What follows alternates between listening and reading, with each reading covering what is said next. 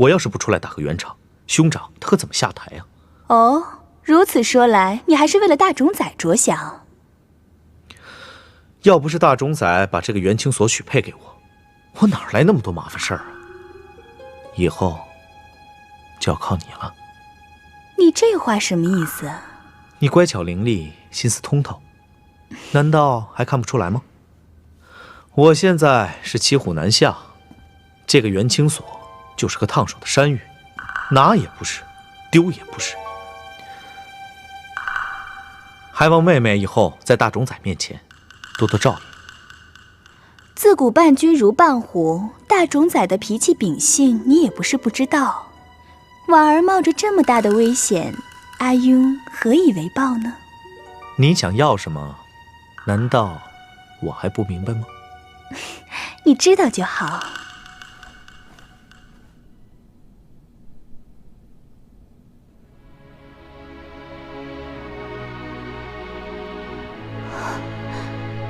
可惜我竟不能救你，你宁死也不肯说出我的名字，我却无能为力。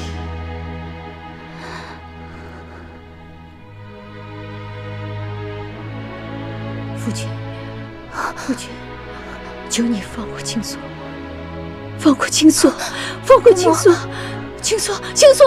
姑母，我在这儿，我在这儿。青锁，姑母，姑母你放心，姑父没把我怎么样，请姑母放心。孩子，你没事就好。姑母不相信你会帮助大周朝的敌人。都是我不好。青锁，你是我唯一的亲人，你不能再出事了。你要好好陪在姑母身边。姑母，对不起，对不起，都是我不好。没事，没事了。姑母，好了，孩子。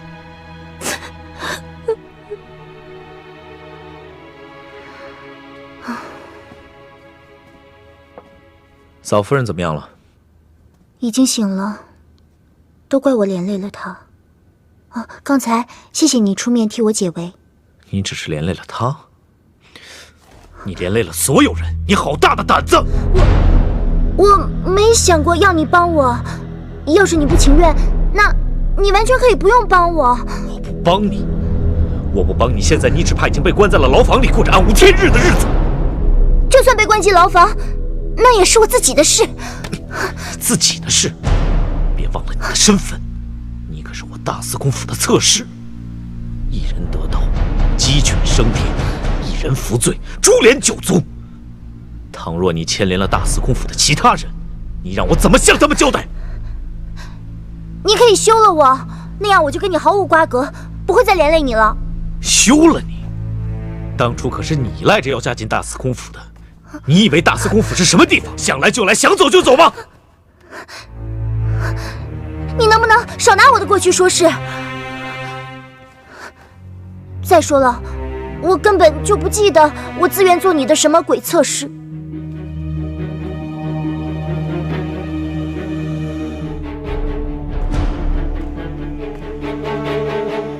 谁能想到，这么柔弱的一个人，拥有一张这么让人心生怜意的脸，却能做出这么无法无天的事？你可知道通敌叛国是个什么罪名？我累了，没有心思与你争论。你给我听好了，这种错误只能犯一次，如果再有下次，别说是大冢仔了，就是我也不会放过你。你以为我什么都不知道？齐国是我们的敌人，你做了什么？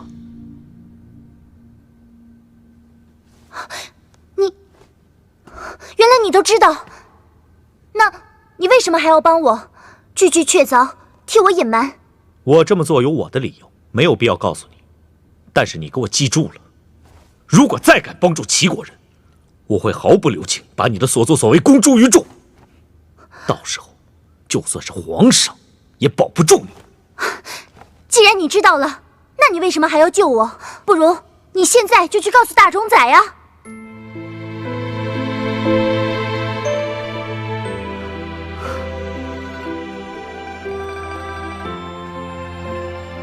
你个袁青锁！你就是这么报答你的救命恩人的？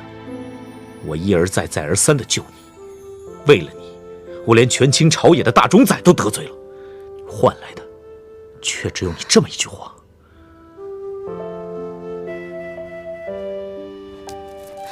你做什么？这是谁给你的？看来你还真是不死心呢。你放开！你不许碰他！袁青锁，看来这首饰来历非浅，难不成是情郎送的？别忘了，在我没休你之前，你还是周国大司空府的侧室。你给我记住，还是那句话，你记好了，乖乖听话，乖乖做你的大司空府的侧室。没有我的命令，不准你离开大冢宰府。以后再也不可行差踏错，惹是生非。你们不都说我对你一见钟情，情深似海吗？那别的男人送我的东西，又怎么可能入得了我的眼呢？也是。那既然不是情郎送的，留在身上也没有意义，便交给本司空来。你放开！这是我最值钱的东西，我凭什么给你啊？人都是我的，何况区区首饰？你堂堂的一个大司空，难道缺少宝贝吗？你凭什么跟我抢？你的东西数都数不清的，你何苦跟我抢呢？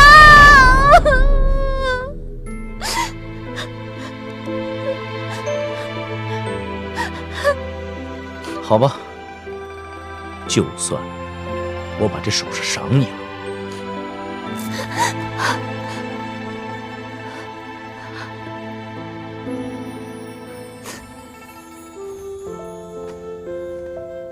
袁青锁啊，袁青锁，你可不知道这件事给了宇文护多大打击。不过，你也是越来越让人看不透了。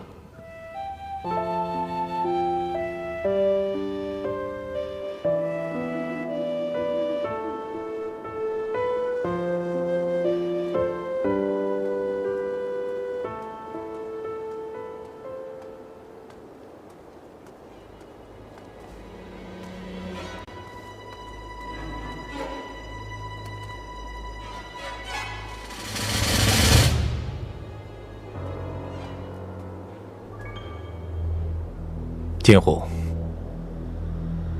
你觉得夫人是去做什么？这个，卑职不敢妄加揣测。她真是越来越奇怪了。主上的意思是？你有没有发现，自从青锁来到府里以后，夫人跟以前有些不一样了？卑职只是觉得夫人比以前更谦和了。哦，还有好像就是话少了，也许是为青锁姑娘担心，所以才……但愿如此吧。这府里上下你都给我好好的盯住了，有什么动静马上来报。是。我只想离开这里，离开阴谋，离开血腥。就算拿不到手帕，找不到镇魂珠也无所谓，有殿下就够了。殿下呀，殿下，幸亏苍天保佑你安全的离开。明日就是你我约好的日子了，我现在只想快快的离开这里。哎，真是，快点！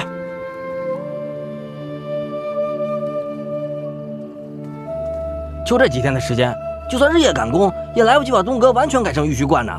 你就尽力吧，道长对咱们大冢宰府有恩，大冢宰只是叫咱们把东阁按照玉虚观的样子改成无尘阁，没叫咱们2天修建一座无尘观给道长就知足了。哎，那这么说，这道长真要留在咱们大冢宰府了？哎，关门。无尘阁都修好了，你说呢？当然是留下了。啊。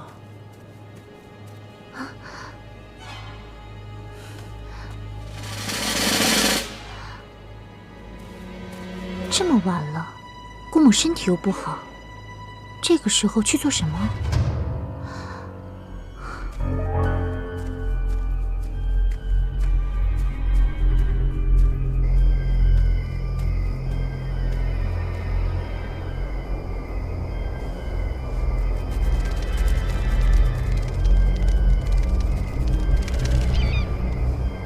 小雕啊，小雕，你终于回来了。你知道没有你的日子，我有多想你吗？走，咱们回家了。我们回家喽。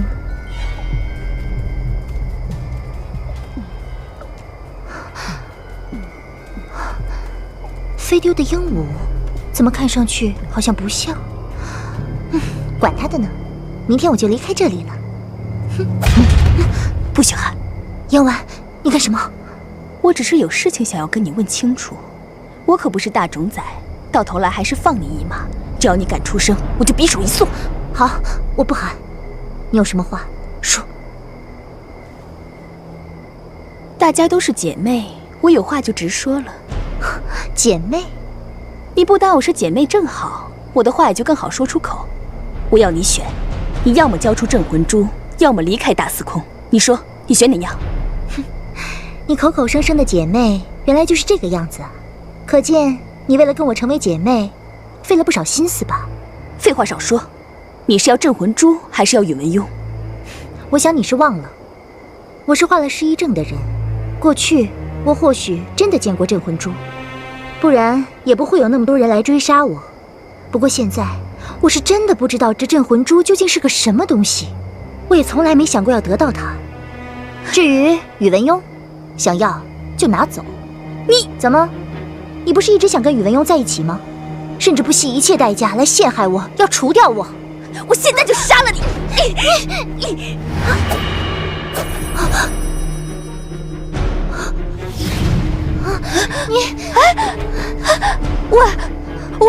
我还没有伤到你呢，你就做出这副样子，难不成是想恶人先告状？我的头好痛！你不要吓我！你以为这样我就会放过你吗？你醒醒啊！喂，袁清锁，你给我醒醒！你别装了，醒醒啊！醒醒！夫君，都这么晚了，还出去？我刚听到鹦鹉叫，以为是小雕回来了，就出去找。结果还真是小雕呢。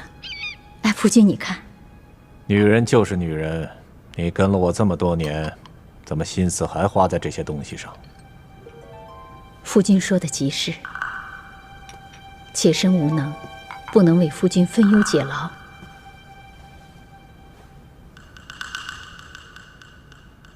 夫君还在为高长恭的事烦心。岂止是烦心，这次高长恭可让寡人丢尽了颜面。夫君威震朝纲，一次小小的失忆，那些大臣们不敢说东道西的。倒是皇上就跟先帝一样，忘记了是谁把他们捧上去的。想要肆意妄为，也要看看自己的实力。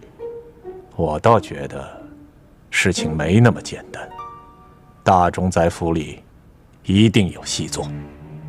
那夫君打算怎么处置青锁？不会杀了他吧？妇人之见，你忘了当初送他进大司空府的目的了吗？那夫君的意思是？现在有个人是越来越琢磨不透了。夫君是指四弟？他放着当今的皇上不去讨好，反而整天窝在我的大冢宰府。尤其是今天，你看他情真意切为青锁求情的样子，不知道的人还真以为他跟青锁情深意长呢。可是青锁和四弟感情不是很好吗？他们只是在人前做做样子。四弟今日看似为青锁求情，实际上是为了给我一个台阶下。我本来还想让你看紧青锁，现在看来，四弟一个人就够了。夫君就这么相信四弟？信不信，就看你怎么做。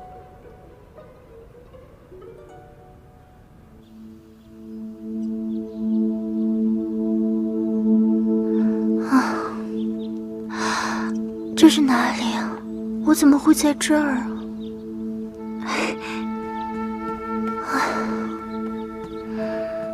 青锁姑娘，你可醒了？夫人很担心你，特地派奴婢过来照顾姑娘。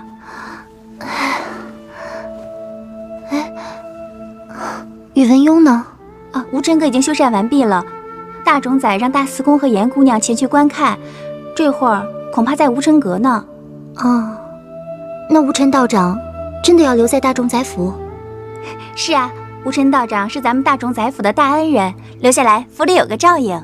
姑娘，你等一下。哎呀，那个严婉为什么要杀我？这到底是为什么？哎呀，头好痛啊！青锁姑娘，你怎么了？还是不舒服吗？要不要叫大夫过来诊治一下？啊，我没事没事。对了，姑母她现在怎么样了？夫人已经好多了，鸳鸯一早就熬了粥，特地给青锁姑娘也端了一份。谢谢。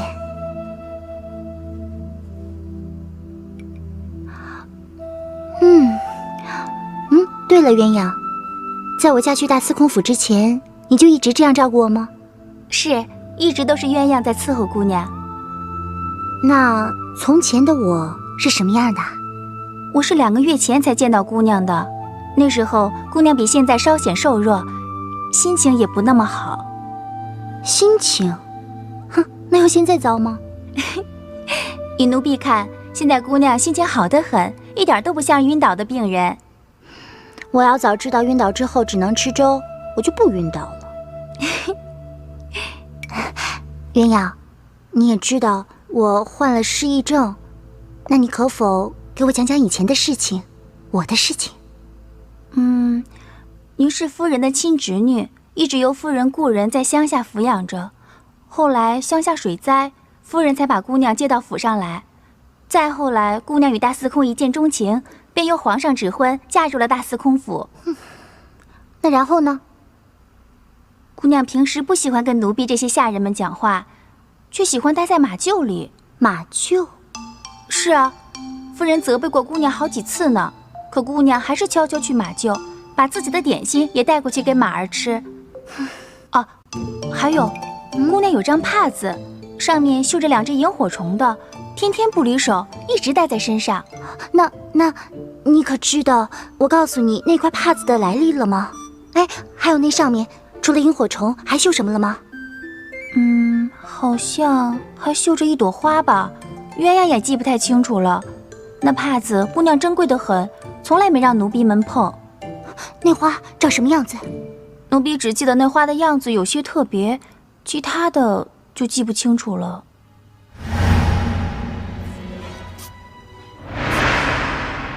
姑娘，怎么了？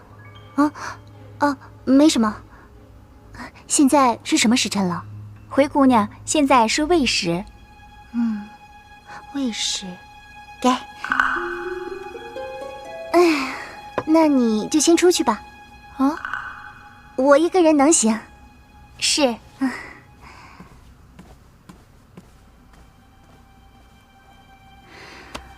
哎，可恨的宇文邕竟然将帕子藏起来了。罢了，帕子不是很重要，重要的是我要想办法离开这里，然后再去与殿下会合。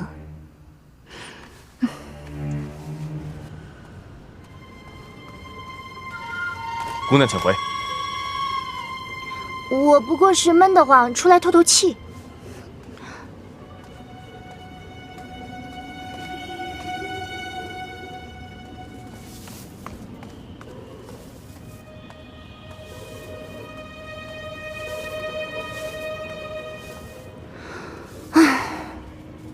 出不去怎么办呢？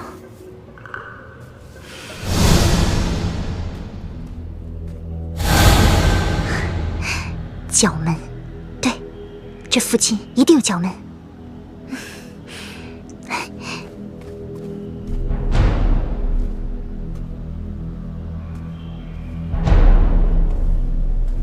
哎，原来香雾城那老道士是假扮的。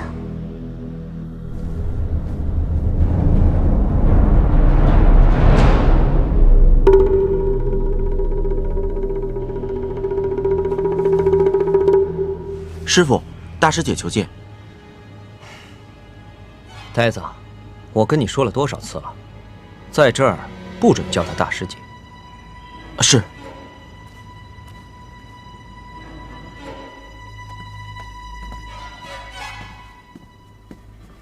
严婉拜见师傅。啊，原来他是香无尘的徒弟。起来吧。谢师傅。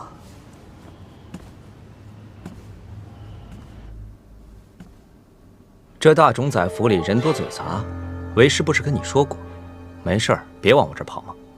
婉儿谨遵师傅教诲，只是刚得了几件珍品，急于献给师傅呢。这是南海珍珠、西域熊胆和雪山人参，把这珍珠磨成粉涂在脸上，可令肌肤富有光泽。熊胆和人参一起熬汤，滋养凝神，具有由内而外的养颜功效。难为徒儿给为师带来了这么多宝贝。能为师傅做事是徒儿的福分，徒儿高兴还来不及呢。其实这些都是我在自家山庄搜罗来的。我爹让我传话给你，想问问镇魂珠的进展。把手伸出来。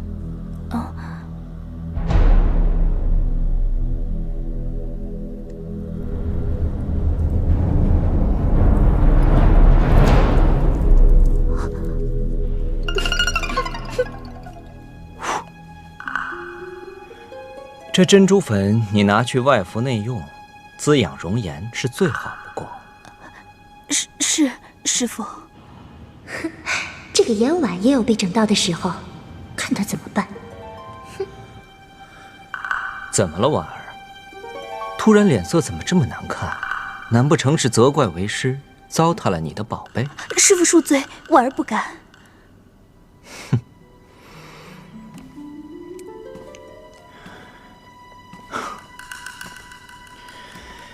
这镇魂珠的事情，为师自有分寸，以后不许再提。倒是你从你父亲那儿给我拿来这么多宝贝，又是为了什么呢？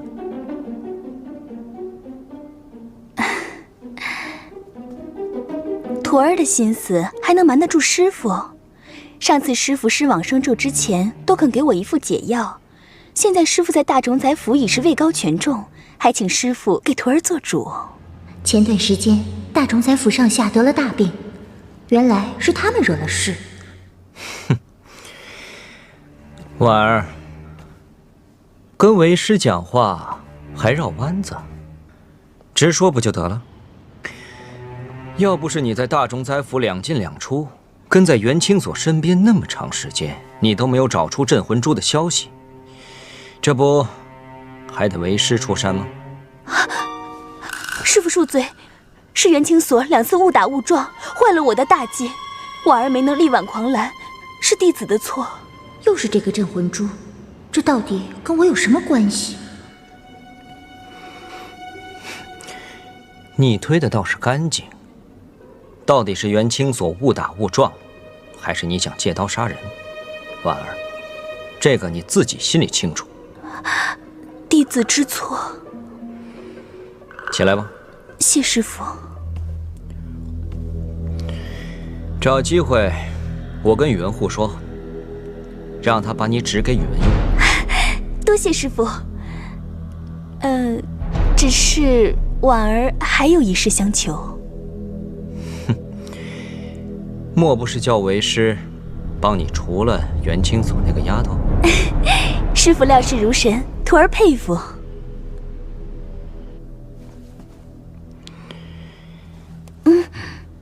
你呀，怎么就被一个情字迷住了眼睛呢？不过话说回来，这袁清所到底是真失忆，还是假失忆呢？弟子曾几度跟袁清所交锋，如果他的失忆是假的，以弟子的天分，绝对可以看出来。所以，弟子认为他的失忆恐怕是真的。人可以失忆，也可以找回记忆。师父有了好办法。过2天，我便陪着宇文护给袁清所下一副猛药，他得意不了多久了，搞不好他还得付出生命的代价。多谢师父。你陪我去皇宫看看吧。是。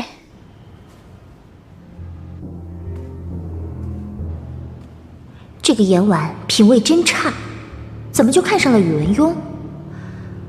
不过这道人说的，他跟宇文护要给我下的那副猛药是什么？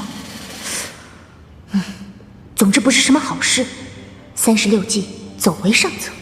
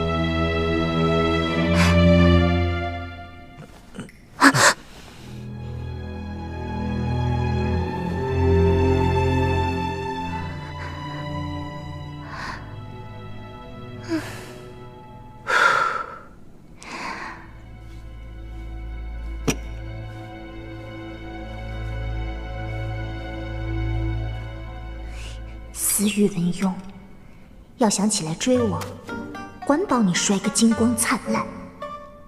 谁叫你不把帕子还我？哼！你不告诉我，现在也无所谓啦。兰陵王马上就带着本姑娘离开这个鬼地方了。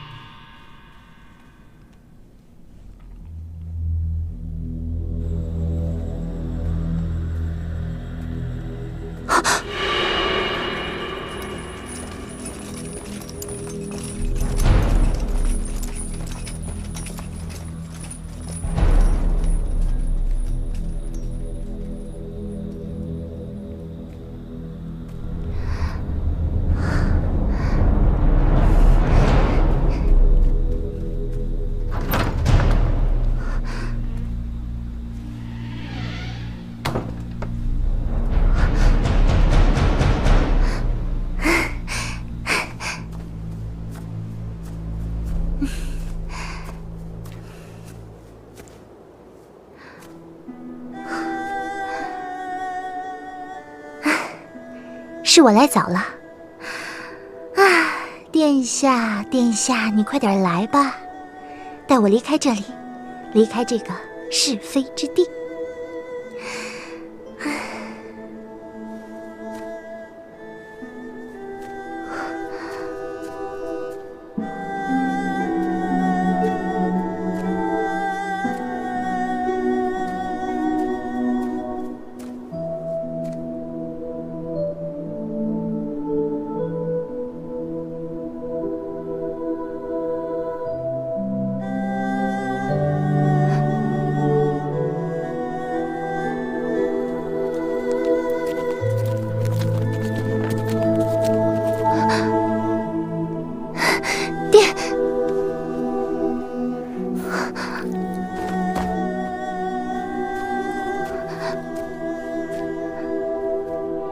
该给我一个解释了吧？你想听什么？我想听你说，为什么私自出府？为什么穿得花枝招展的苦守一夜？为什么看见我就露出这副表情？大司空什么时候开始关心起我的行踪了？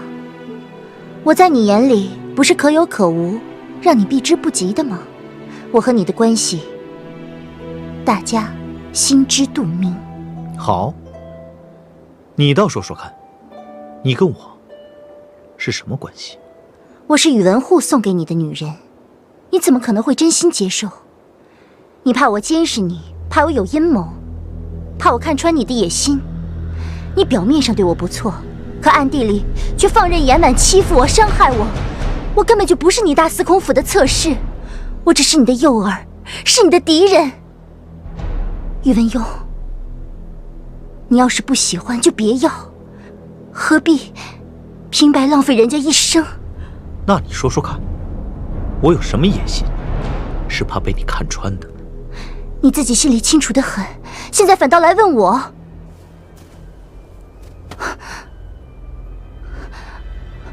我累了，我不想跟你纠缠。等了一个晚上，怎么会不累？你不想跟我纠缠，我倒想跟你纠缠。我什么也没等，我等什么了？你到底想怎么样？我想怎么样？你说我想怎么样？你不是自以为很了解我吗？你走开！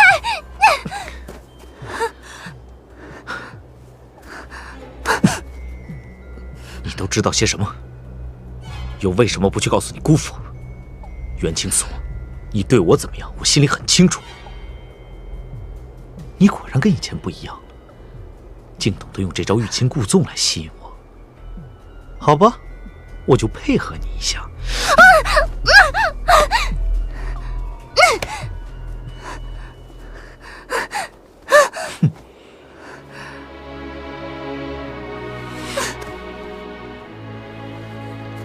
欲擒故纵，贵在恰到好处，纵得多了，反而适得其反。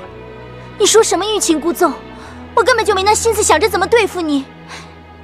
你以为你是大司空，所有人就得为你花心思讨好你吗？你未免也太自信了吧！你既然不喜欢我，既然这么讨厌我，为什么还留我在身边？放我走吧，我答应你，我走了之后，绝对不会再回来。让你消失有很多种办法，可是现在不是时候。你当我大司空府是什么地方？岂容你说来就来，说走就走？宇文邕，你别逼我！袁清锁，是你在逼我。如果你刚才不说那些激怒我的话，或许我还可以放你走。可是现在，除非我点头，否则你这辈子都别想离开大司空府。你放手！放手！我放了手，你等原本我人就会来吗？还以为殿下会来带我走，哪知一夜之间得到的全是相反的答案，一切都成了噩梦。殿下，你可算回来了，情况怎么样？敌人大军已经到了边境50里范围内，李将军按照吩咐已经调兵遣将，正在教场等候。长公，事不宜迟，需马上发兵。换马，备甲。是。长公，洛云，来不及多说，我想让你派人帮我跑一趟长安城。长安城？对，我本来答应青锁，昨夜子时在长安城西大门等他，可我生命难违，所以我来不及告诉他，就返回了大齐。我在返回的路上，为了躲避关卡和宇文护的追杀，浪费了很多时间。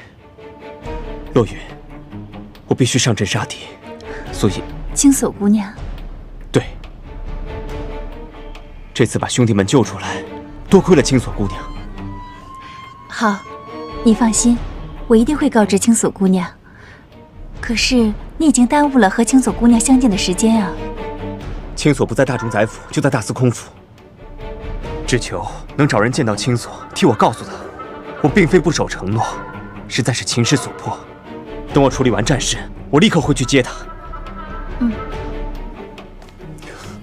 洛云，你要还当我是你表兄的话，就不要去。明月兄，表兄，长公，长安城可是敌国的都城，罗云一介弱智女流，怎么能应付千军万马？你为了元清所可以付出一切，可是洛云不行。表兄，就因为是一介女流，才不起眼。我乔装打扮，混进长安城应该不难。我不准，夫人也不准。夫人让我给你带话，情况紧急，长公势必会让你去通知元清所。他若你帮这个忙，夫人从此不再认你这个媳妇儿。洛云，不是你去，你派名亲信前去即可。你去太危险，千万不要。殿下，马备好了。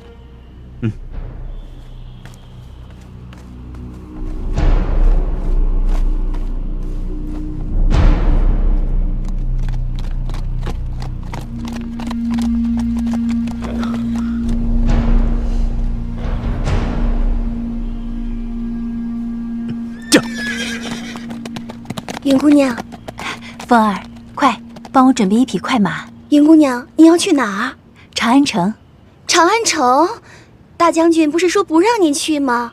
殿下也只是说请您派人去，您自己去太危险了。风儿，没有多少人认识青锁姑娘，为了长宫，再危险我也要去。我一定要尽快找到青锁姑娘，我不能让长宫分心。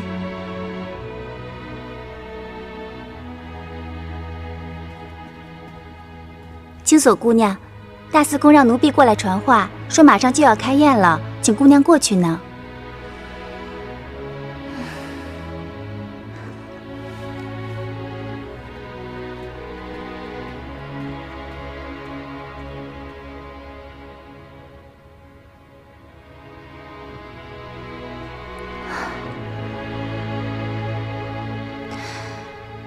元清所呀，元清所，你怎么竟然憔悴成这样？宇文邕看到我这样，一定很得意。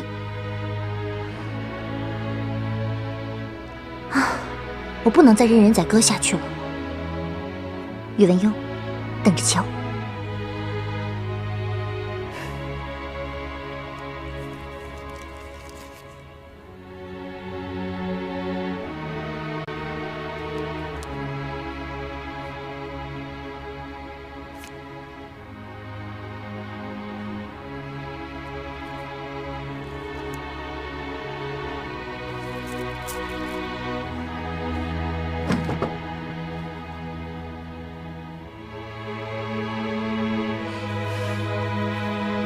寡人已经上报皇上，封道长为护国法师，圣旨不日可到。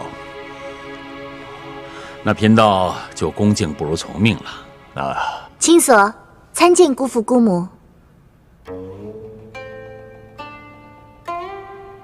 青锁来迟了，虽然这事出有因，还望道长见谅。为贺道长无尘阁竣工，青锁特意备了一份薄礼，不知合不合道长心意？哦，其万物兮超自得，为性命兮任去留。好字，确实是好字啊！道长云游四海，视野和心胸，自然是旁人所比不得的。只有嵇康这类风流人物，道家真言才称得上。青锁着作，还望道长笑纳。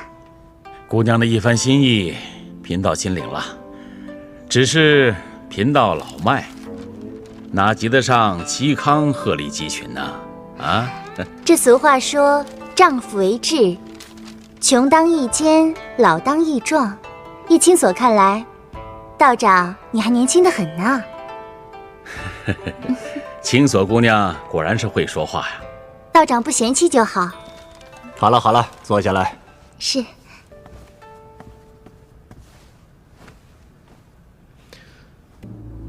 看你气色不错，病全好了吗？多亏夫君悉心照顾。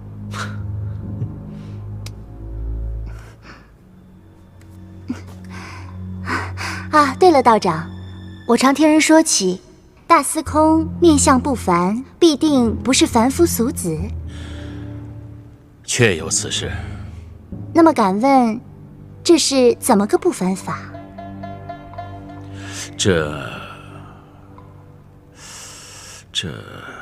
大司空，天庭饱满，地阁方圆。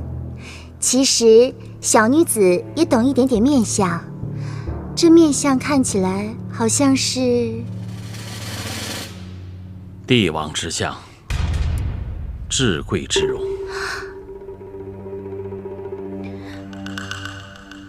哈，怎么会呢？这帝王之相可不是凡人能有的。青锁妹妹，这话可是大不敬啊！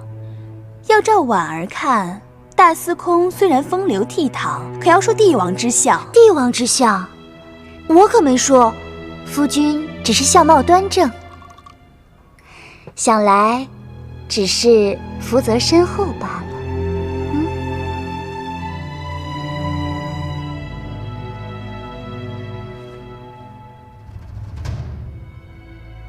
你这侄女可越发厉害了，让我管也不是，不管也不是，倒让道长看笑话了。